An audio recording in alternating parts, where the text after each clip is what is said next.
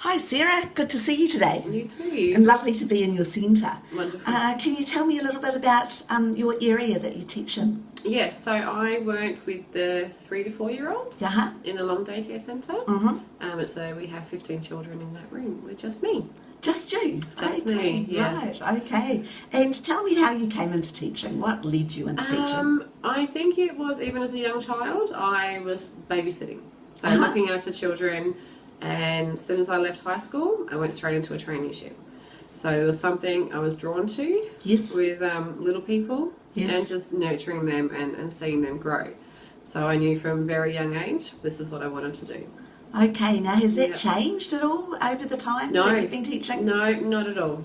Not at all. I think there's more things out there that you want to provide them. Mm-hmm.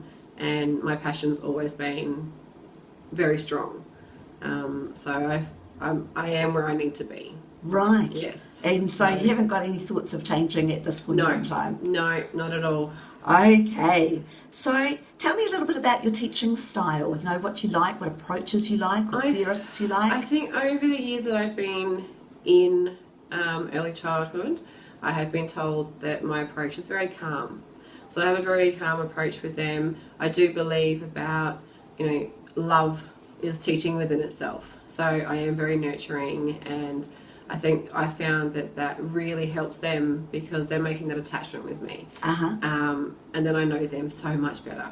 Right. So all over the board, I have probably over 30 children Right. in my care, and I know every single one of them. So can you explain what you mean by 30 children in your care? You So said I 15 in have your group? 15 a day, Yes. and then all over from the week, I have 30 children that I care for. So maybe 15 a day, but it's 30 different children. Oh, okay. So some come 2 days a week, some come 3 days a week. And some come for maybe even the one day. So one child, one day. Yes. With my approach and my teaching styles, that has helped me to know them. So I know their quirks, I know their fears, their interests, and I feel that comes from my teaching style. Right. And so can you give some examples of how you put your teaching style into practice? What does it look like in practice? I think it looks like in a practice is that it's, let me think how to put it. We have a lot of fun. So, yes, we have boundaries, but the teaching style is, in practice, I feel, is that, you come down to their level. So you really listen to them, and you take on what they're saying, because especially with 3 to 4 year olds, they have amazing opinions. Yes. So, let's listen to them. So that's what I'm about. Listen to them, let them lead your curriculum, and love them. In childcare, I feel that people forget that you just need to love them as well, because, they're little people. Yes. So, we have a lot of cuddles. We have a lot of downtime where we just have a chat and we have a talk. And so we don't have a lot of structure in my room. Right. So we do have structure in our routine, but a lot of it is play-based. Right. Because they're learning through their play constantly, and then I can witness that. So how would you develop a play-based program? So I've kind of developed my own. So it's called an emergent project-based curriculum, which is it works for me and it works for my children. So they lead it. Yes. So an interest that might come up, I will extend on it as soon as I can, and it will lead to some amazing things. Especially at the moment, we're doing the 3 Little Pigs. Uh-huh. Just because it came from some imaginative play out in the playground, which has now led into using puppets in story time. We're building the 3 Little Pigs house, and from all of that, they are learning some amazing things. So our curriculum is very child-led, with a little bit of intentional teaching for individual children who need that. So we do a lot of projects. Right. So it might not be building something, it could just be focusing on something. So we've got the 3 Little Pigs for some children, and then we've also got water at the moment. So let's explore water. How does it work? How does it move? So that's how our curriculum works. Okay, great. Now, over your career, how long have you been teaching for? I have been in early childhood for on and off for about 16 years. Okay, so that's a little bit of time. And have you seen some changes during that time? Yes, absolutely. Also because I have come from the Northern Territory and I've moved to Victoria. So within that period, very different. So tell us a little bit about some of the differences. Like you're saying even differences in state, you're saying, as well as differences over time. Yes, yep. So within the state, for me, it's cultures I found is very different. I'm coming from a highly Aboriginal-based culture. I am Aboriginal half myself. Yes. And so coming to Victoria, I haven't seen a lot of that. Right. And that's what I'm so used to. So for me, having different cultures to learn about, it was a big change, especially with such a vast diversity in Victoria. It was amazing. So for me, it opened up my eyes from coming from such a high culture of Aboriginality and Indigenous to Victoria was amazing.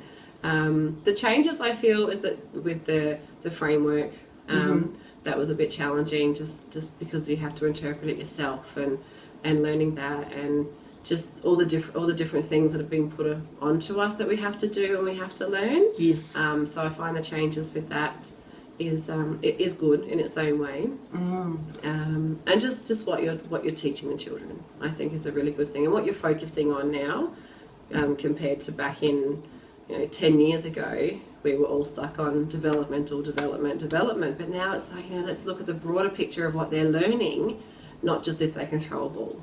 And right. That's what I found. The change has been amazing.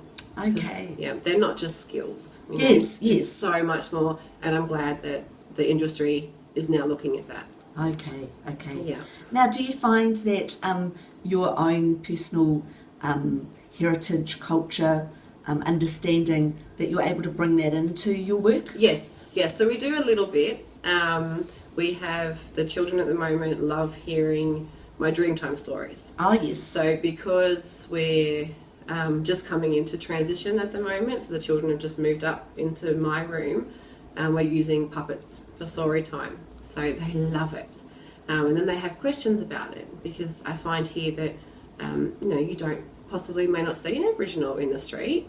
And that's what I found, because I'm like, where are all my people? Yes, yeah, exactly. So I think that's really good for them to see that there's another culture out there that's so amazing, and then slowly get them to understand where they've come from. So we do bring that in, especially around your NAIDOT week.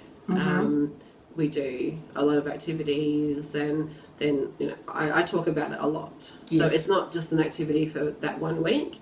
They already understand it. Yeah, it's part of who you are. It's part of who teacher. I am. So yeah, I feel that we don't have to celebrate it. We do it daily. Yes.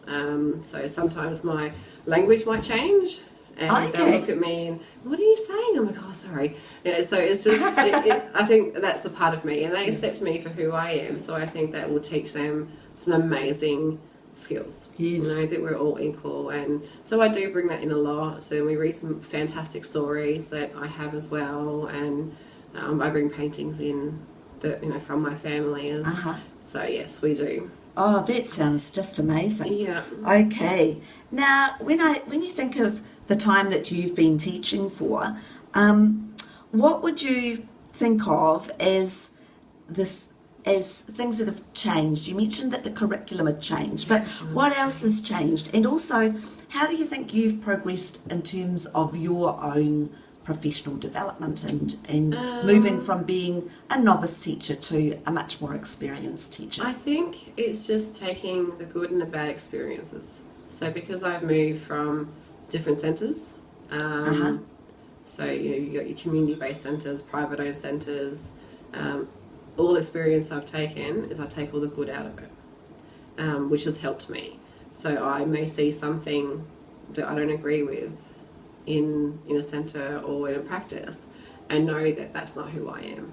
Right. So I have started out as very shy, very maybe not as confident as I am now, and then with having amazing role models has really helped me. Has helped me grow into the educator that I am today. And then not being afraid to ask. You know, if there's some training out there, go and grab it, because it will open up your eyes to some amazing things that you may not have thought of. Right. So I feel that just training, role modelling, and just the experience getting in there and having a wonderful go has made me who I am today.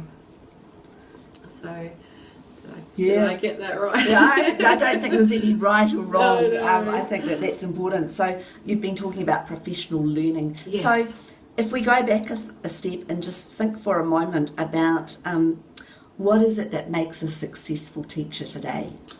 I think, in my own personal point of view, is to just be really flexible.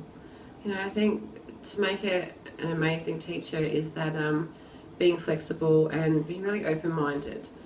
Because if you're so close-minded, you're not going to learn all the new things that are out there. And just have fun. Yeah. You know, yes, it is a job, but you know, the children are amazing. Yes. You know, get in that sandpit. You know, get dirty. Get on the floor with them, because that's when you're going to learn. And I find that that's amazing. You know, and sometimes we do forget that, because we do have a lot of responsibility, especially being a diploma qualified. There's so much more that you've got to do. But when you're with those children, make sure you're in the moment. Yes. And that's what's really important to me. Good. Well, we're just going to ask you one more question to finish off with. We're just going to ask you, what do you see as significant constraints or challenges for you at the moment? Yes, and are there any resolves to them? I think every educator will say the same thing, is that it's the paperwork. Mm-hmm. And I don't feel in the near future at the moment there's going to be a resolution for it, because it's just our regulations, what we have to do. So it's a challenge for me, especially because I'm on my own. Yes. So it's just me and my 15 cherubs. So it's not a lot of time in my routine to find a few minutes for me to quickly write up a reflection. So I feel that the constraint for me is that. So just keeping on top of everything and making sure that your curriculum's up to date, just all the boring stuff basically. Right. Is what is really challenging for me, because I cherish the time I have with my children in the room. The paperwork is second. It comes second, but it's always on the back of my mind. I know it's there, and I know I have to do it. So I feel that is a big challenge, and it's not just me on my own. A lot of other educators are finding that it's so time consuming, and that it's a balancing act that I don't think we're ever going to balance it at the moment. So hopefully in the future. And you think that that's changed over the years? Did you have to do that earlier? We did, but it wasn't as much. Okay. I look back at when even first training. So I did a traineeship back in 1998. Okay. A while ago. So even the training back then was very simple, and the paperwork was very simple. So going into childcare, it was your very basic observations, and it was a lot of checklists. So it was very simple, and over the time it just seems to be getting more and more that is expected of us, and the quality as well has changed.